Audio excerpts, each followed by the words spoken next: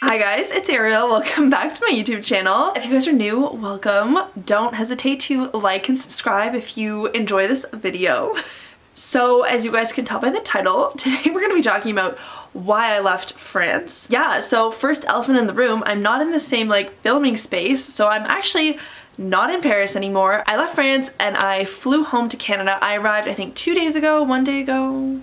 2 days ago, and so I'm actually right now up north at a cottage, hence the wicker furniture and the wood walls.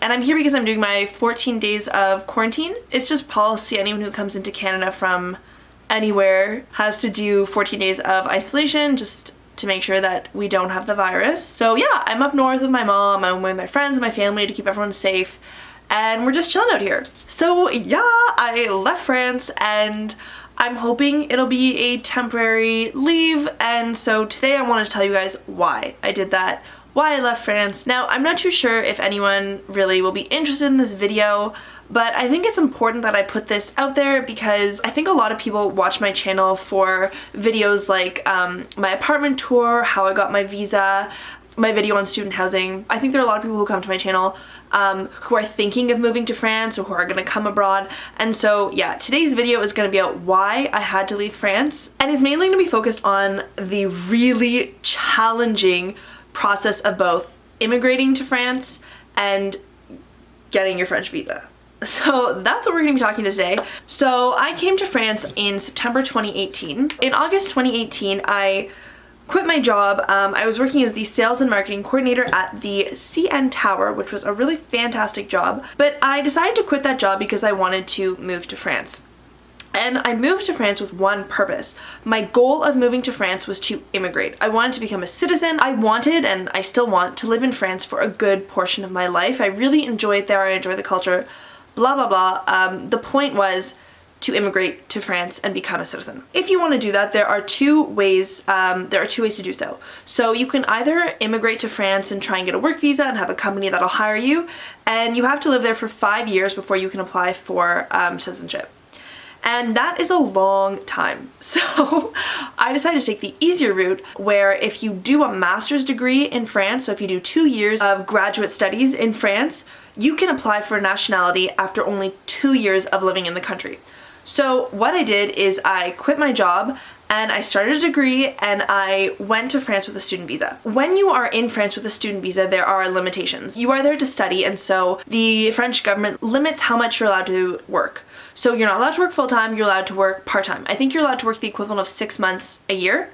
So I knew that before going to France, it would be a very expensive decision that I would have to figure out. And so I decided to go to France with a $20,000 loan. That's how I funded my degree, like the cost of my degree, and also the cost of living abroad in a country where it's relatively expensive. So my first year I studied, and I did work part-time. During the year I worked as a English tutor, and then in the summer I worked as a barmaid. And then that brings us to my second year of university, which I started in September 2019, so that was my second year as a master's student. And the thing is, in my second year, I had to use my working hours for my internship. And in France, they have this really horrible way of paying interns where the minimum wage for interns is 1/3 of the minimum wage for people. And I don't know why they don't consider student interns people if they're working full-time qualified jobs. So to give you the numbers on that, the intern minimum wage is 500 euros a month, while the minimum wage for a regular worker is 1,500 euros a month. So I did my first semester of studies,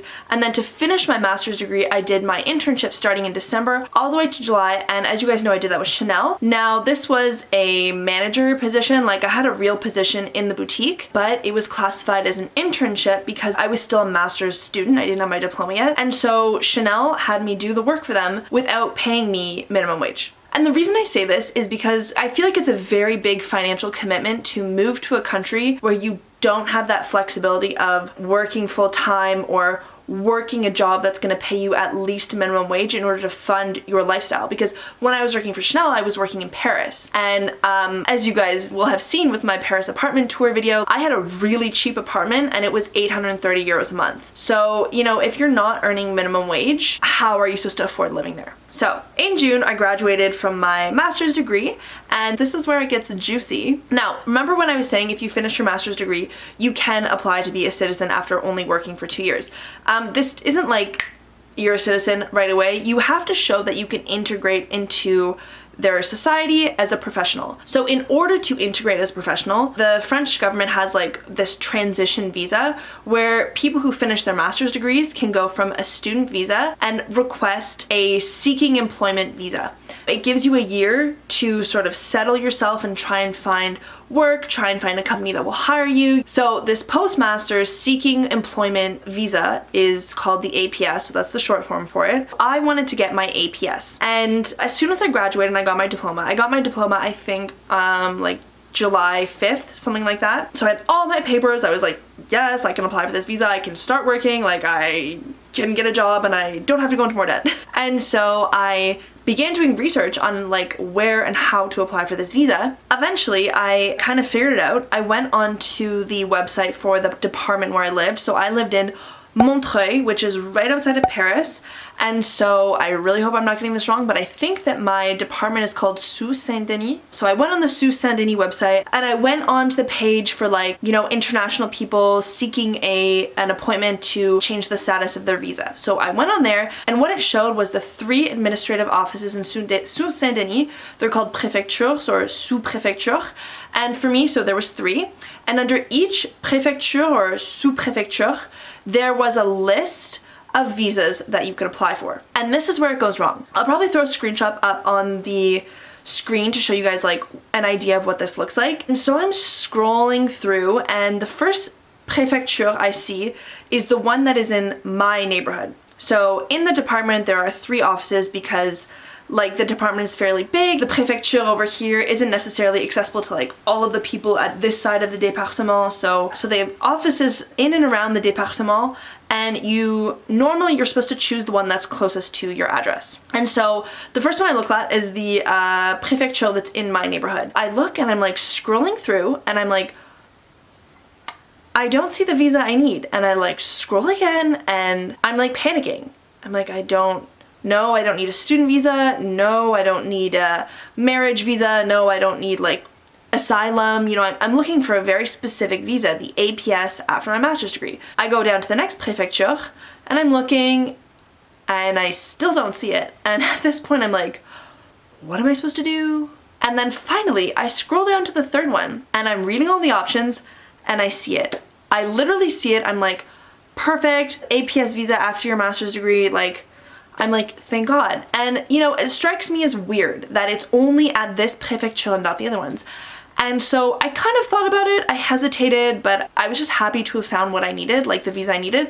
So I clicked it, it took me to like that office's online platform, and I sent in all of my paperwork to them, and I sort of opened my file, and they had to then evaluate my file and give me an answer on whether or not I was allowed to have this visa. And in my head, even though I was thinking, oh, this isn't really the office that's in my neighborhood, like, I don't know, maybe this is wrong.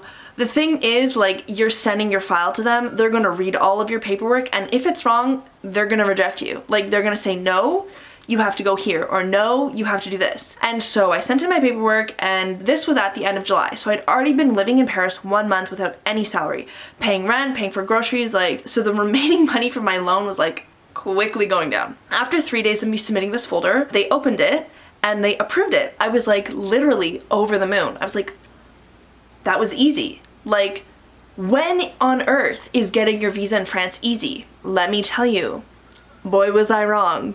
So once they approved my visa, they sent me an official paper. In French, we call this a convocation. They sent me a paper with my name, with my address, with where they were calling to me to, so the address, the date, and the time. And it was great. It was 2 weeks after, so like we're looking at like August 14th, I think was the date. And you know, I was ready. I had all my paperwork. Like I'm a hyper organized person. I had everything ready to go. To a T, everything was done. The day of, I got up at 6 a.m. because this office, it wasn't my home office, it wasn't my neighborhood. So it was 2 hours from my house and I wanted to be there early. My appointment was at 10. And so I take the bus, like it takes me 2 hours to get there. I get there at 9:30, you know, I wait in line, I have to collect my ticket. And keep in mind that these offices open at 9:30. My appointment was at 10. And so I was thinking in my head, I was like, okay, there's no need to be there excessively early. Like I have an appointment for 10, like maybe they'll be late and they'll see me at 11. No. This is very consistent with French administration. So she gives me my ticket. On the ticket at 10 a.m., it said that they were 91 people behind. I literally looked at that and I was like, I'm spending my whole day in this office. And that's essentially what happened. I collected my ticket, you know, I'm standing in line with my paperwork. I was in line for probably about 2 or 3 hours. And there's different phases of handing in your paperwork. So first you get your ticket and then you go to the next phase, which is where they like make sure that you have all the paperwork, and then you wait again, and then you go and you meet someone to give your paperwork to. So I had already gotten my ticket, I waited hours in line, then I presented all of my paperwork to the first agent who was supposed to look at it and tell me you're good to go. And I was confident. Like I said, like I'm very organized. I always have all of the paperwork. Like I know that visa appointments are not something that you should mess around with because it just takes one error and they will kick you out. 91 other people to see, you know? Like if your paperwork is wrong, they're just gonna tell you to leave. So within 30 seconds, she pushes my paperwork back to me and she says, "This is wrong. We can't help you." And I was like, what do you mean this is wrong? Like, you called me here. This is the paper that says my name from your office with your address and an appointment from you. And I told her, I was like, I waited weeks for this. Like I sat at home, unemployed, waiting for this appointment. And she said, "Yeah, but you don't live in our neighborhood, and so we can't help you." And I said, well, why didn't you think of that when I submitted my file? Why did you accept my file and accept my request for the visa when I submitted it? You should have just rejected it and told me I should have gone to the other office. And she was like, you know, "It's our fault. Too bad. We can't help you." And they made me leave. And I was bawling. I was crying my eyes out. I was like, I don't understand. Like I did everything right. I went on your website, like I found the only office that offered the visa that I needed and I applied for it, like, and you accepted me. And she didn't care. She was like, "Yeah, we made a mistake, but you picked the wrong office." And I was trying to explain to her that I didn't pick an office. There was only one office that offered what I needed. And of course she wouldn't listen. Like, you know, to her it was kind of like, get out, I have to help the next person, like, bye. I was devastated. I was devastated because, like, I guess another key component to this is my visa expires in October and the visa process is minimum 2 months. I really didn't know what to do. So I get home in absolute tears, just a mess. And I'm like crying to my boyfriend. I'm like, it went so bad. Like, I don't know what to do. I'm so frustrated. I'm so unemployed. I don't have any money left. What am I supposed to do? And so we're both like on the phone trying to call the visa office. And the thing with French phone lines, this is another thing for any, you know, international person trying to move to France, is that they don't have the system where you're like on hold and you like wait for the next representative. If there's no one available, the line cuts off. So if you call like literally 4 hours and the line is always busy, you literally will never talk to someone. So we're both calling on our phones. Finally, we get a hold of someone. Sorry, the office we were calling was my office in my neighborhood. I'm explaining to this person, I'm like, I'm trying to apply for this visa. I applied for it at this prefecture and they gave me a convocation, and then I went and they said that actually they made a mistake and that I need to apply with your office. And I said very clearly, I was like, but your office does not offer the option to book this visa appointment online. It's not there. And she's like, "Yes, it is there." And I'm like, no, it's not. I'm on the webpage right now. If it was there, I would click it and I would have submitted my file to you. And so she's like, "Let me put you on hold." So she puts my crying butt on hold and she comes back 5 minutes later and she's like, "Let me send you the link to your email. What's your email?" And so I gave her my email and she sends me the link, and the link takes me to the right office this time, to my office, and I'm able to resubmit my file from my office. She didn't want to talk. She was like, "That's it, thank you, have a good day." And we hung up. Now, here's my issue. So she gives me the link and it works. But why was this link not available to the public? Why did only one office in my department have the link to the visa appointments? It's so unfair. So I wrote them an email and I explained this to them and I said, you know, it is absolutely 100% impossible for someone to properly fill out the application if your office does not put the link on your website, because it's misleading. I see that and I say, oh, you don't have it there. I'm gonna go to the office that has it. to date, I've sent them 1 email a week trying to get an answer, and they have not answered me. And I don't know why. I think they just don't want to deal with it.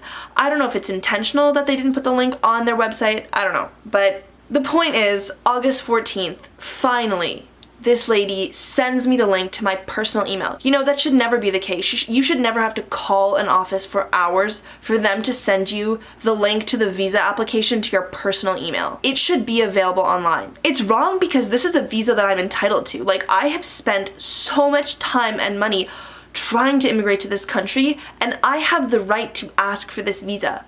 But if I can't access the application platform, how can I apply for this visa? Like, it's bizarre, it's upsetting, and it's totally unfair. So I resubmit my file, and I'm very hopeful because the other office responded to me with a positive answer 3 days later. A week goes by, nothing. It doesn't even say that my file is like being processed. It says that my file is in construction. And I was like, what does that even mean? A file in construction? Like, what? Is it submitted? Like, I don't even know. And so after a week, I send them another email, a follow-up email, no answer. And I called them, I was like, you know, it's been like 10 days since I've submitted my file. Like, the other office took 3 days to accept my file, and then they gave me an appointment right away. Like, I'm very confused. And the lady was just like, oh, well, you know, It can take over a month for us to look at your file. I was like, what do you mean? She was like, yeah. You know, there's no timeline. It's normally over a month. And then I told her, I was like, well, that's very confusing because on your website, it says that you will get back to me with an answer to my application very shortly. Does very shortly seem like over a month to you? Like, to me, very shortly is within a couple days, not over a month. So then I tried to like reason with her. I was like, okay, like I've been living here for years. Like I can't live here indefinitely without a job, especially not in Paris. Is there any way for me to go home and then submit my application via mail if you accept it? And she was like, no. No, we don't have any options for people who leave the country. And I was like, okay, well, if it's gonna take over a month for you to look at my file and give me an answer, can I go home while I'm waiting for that to like save costs on rent and stuff? And then if I'm not back in time, can I change the date of my appointment if I'm not back from Canada in time? And she was like, absolutely not. If you're not present for your meeting, we throw away your application. And I told her, I was like, you know, like I can't live in Paris without a job. Like it's really expensive. Like I really tried to get some empathy out of this woman and she was not having it. She was like, well, you're allowed to work 6 months of the year. So what happened to your hours? And I said, yeah, I did use them. I had to use them for my internship, which didn't even pay me minimum wage so that I could graduate with my master's degree. And she was like, oh, well. That's too bad. I'm like, but I don't understand. I don't understand why the other office answered in 3 days.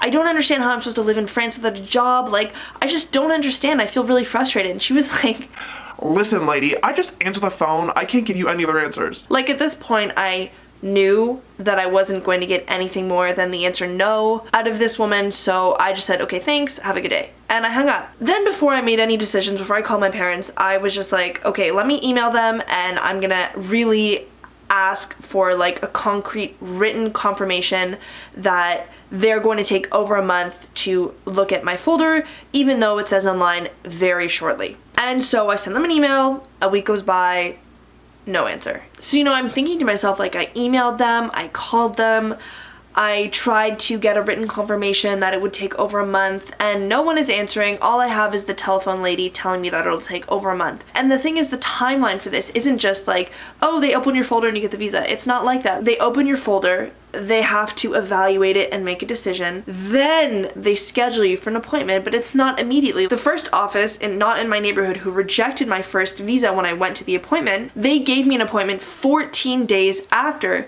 they had processed and accepted my application. So in my head, I'm thinking, if, as per the telephone lady, it's going to take a month and a half for them to open my folder, and then it's going to take me 2 weeks to get an appointment, I'm like looking at mid-October for an appointment. You know, there's no point in me staying in Paris, staying in France, waiting for hopefully a visa appointment. Like, it just made no sense to me to keep taking out bank loans to keep funding something where I just was sitting at home in Paris twiddling my thumbs. So I called my mom and we decided that I would come home and that I would wait from home and I would see what happens. So that's what I did, and I got back 2 days ago, I think. So now here's the real tea. This is the tea of this story, okay? So I came home because this lady said it would take over a month, which would bring me to, mid-October. And I get home and I was thinking of making this video to like share with you guys my visa experience. And this morning at 9 a.m., 17 days after I have submitted my visa application to the correct office, not only do they tell me they approved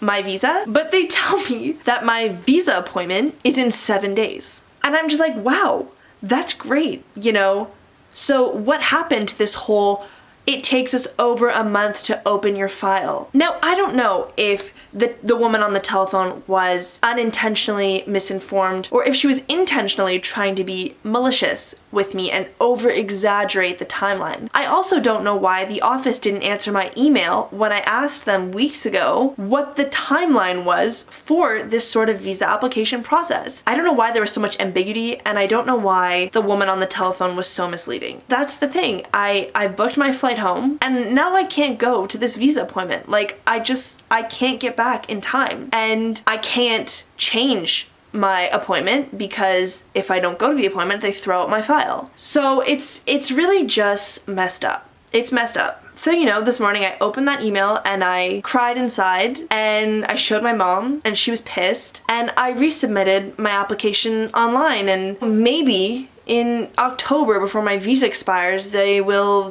be able to give me an answer. But nothing is clear, nothing is certain. The only thing that's certain is that there's no sense of empathy, there's no sense of understanding, and there's no sense of helpfulness when it comes to people trying to immigrate into France. This has all been such a financial burden for me. It's been a stressful event for me. Like, there have just been so many unknowns. And I think that it's important for you to know, if you're planning on moving to France, if you are planning to try and immigrate here, if you are planning to ask for a visa, you have to think with the idea that people don't necessarily want you here. People aren't going to be helpful, and there will be no empathy or kindness in this process. And I think that's what really drives me nuts about this whole situation, is that I just don't know how it's expected of people like me who come here on a student visa with the hope of immigrating and becoming a citizen, and come here with loans and spend,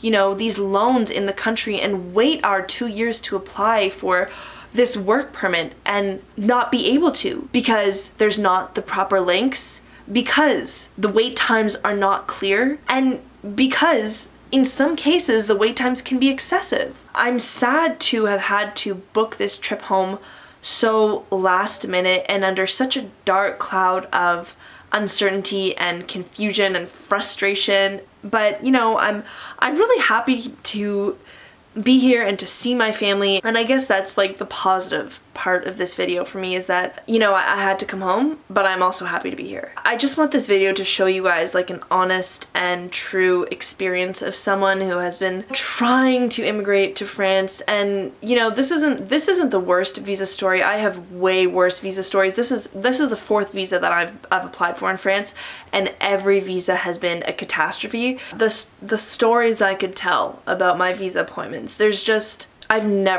I've never had a visa appointment in France go well, ever. And this is the fourth visa I'm applying for. Every single time there's some issue, there's some speed bump. Sometimes there's a massive hole, like in this case, where it's just like, there's no getting through. I hope that hearing about my experience was helpful. I feel like I have just so much like relevant, useful information for anyone who's like trying to apply for their visa. So please, if you have any questions, like, I would love to help you, because I wish someone had helped me and given me all the right answers when I was applying for visa 1, 2, 3, and 4. So anyways, if you guys have made it this far, I know this is gonna be a long video. I can already see I've been filming for an hour and a half. Thank you guys so much for watching. If you did like this video, if it was useful, if you enjoyed it, please like and subscribe, and I will see you guys in my next video.